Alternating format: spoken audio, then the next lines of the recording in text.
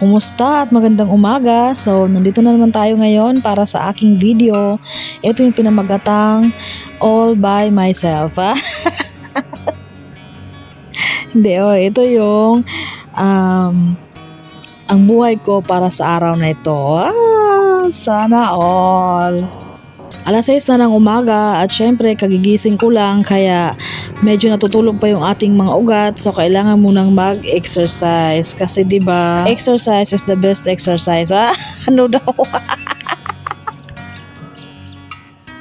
Araw ng Sabado nga pala ito at meron akong pasok sa trabaho at alas 8 ng umaga yung aking pasok sa trabaho kaya meron lang akong isang oras para gawin yung aking exercise. So, pakonting exercises lang naman yung aking mga ginagawa kapag umaga.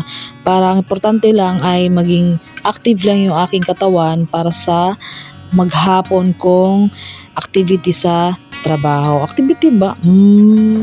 So, syempre, katatapos ko lang mag-exercise ng mga oras na yan at alas 7 na ng umaga yung mga oras na yan ha. Kaya, kailangan ko nang bilisan yung aking kilos at baka ako'y malito. So, palagi naman talaga akong late sa trabaho. Hindi ko alam kung bakit. Dahil siguro, mahina talaga ako magkikilos. So, syempre, ayan. So, nagkape nga ako dyan at kasi napakalamig ng panahon ngayon. So, kailangan talaga magpainit ng ating katawan. So, masarap yung kape, lalong-lalo na sa umaga. O, diba? At syempre, itong aking biyanan naman, si nanay, nakapagluto ng kamuting kahoy. So, ito yung kamote at yan yung ipapartner ko para sa kape. Kaya wala kasi kaming tinapay, kaya yan na lang yung aking partner sa kape. Masarap din naman kasi matamis yung kamoting nabili ko sa Kalbayog.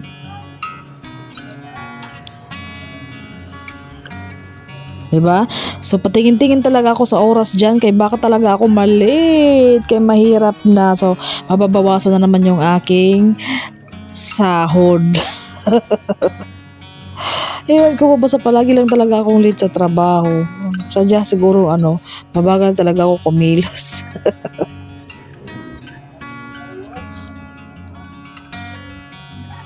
At ayan, so getting ready na nga ako kasi papasok na ako sa trabaho ng mga oras na yan. So 7:30 na ng mga oras na yan at syempre yung biyahe ko patungong trabaho is 15 minutes. So mas mabuti na lang kasi pagdating ko doon so meron pang kaunting oras kaya panigurado at hindi ako malilate. So itong mga oras naman na to is lunch break namin sa tanghali.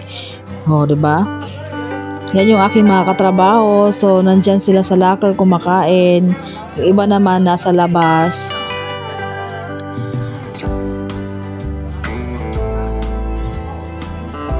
So, ako wala akong baon. Humihingi lang talaga ako kasi alam nyo na. Humihingi lang ako sa mga katrabaho ko kung ano ulam nila. Diba? Tingnan nyo. Diba? Lang ako. Nakisalo. Nakisalo. Ito nga pala yung aking mga katrabaho. So, hindi ko na nakunan yung aming trabaho sa loob kay restricted area. Diba? So, kailangan talaga hindi ipakita sa camera. Bawal kunan yung sa loob kaya baka ako ma-impeach. So, nagkaroon nga pala kami ng quarterly dinner. So, every quarter meron kaming dinner sa labas. Kaya ito yung mga naging kaganapan. Quarterly dinner to para sa aming trabaho. Dito naman ngayon ang venue ng aming quarterly dinner dito sa Cafe Buenaventura. So malapit lang din naman ito sa aming trabaho. Napakaganda nga pala ng ambience dito at may pa-live band pa. Sana all. Ito nga pala ang mga in-order ng aming mga sir kasi sila yung nag-organize kapag meron kaming mga dinner sa labas. So ito nga pala yung kanilang mga in-order. So merong spaghetti, tapos yung grilled humba ata yung tawag na yun. Tapos apalaya kong karne, tapos meron pa yung manok, meron pang sabaw, sinigang. Diba? So, nakakagutom na at syempre, alas 7 na ng gabi yan ng mga oras na yan at kailangan na namin kumain kasi gutom na nga kami dyan. At ayan, so ito na nga ang mga naganap sa aking buhay for today's video.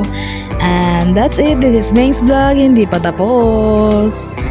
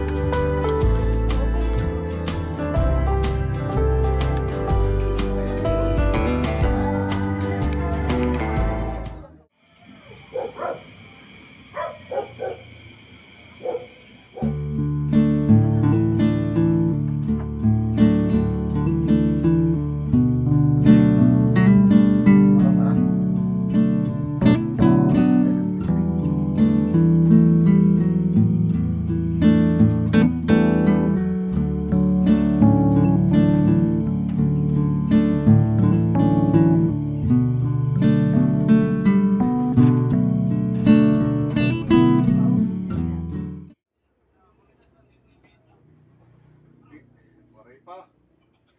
Waray pa rin, dugay pa. Kalahin pa din makato sa balik. Oo, ako nang bala sa pagkaon pa din.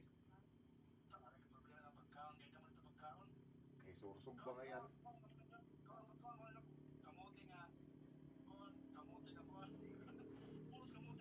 Sudlan, namubot sa kamote. Padi kayo, nagkakay na kami sa tugak. Oo, may naman na. Bubugya ko niya nga, wala klaro mo.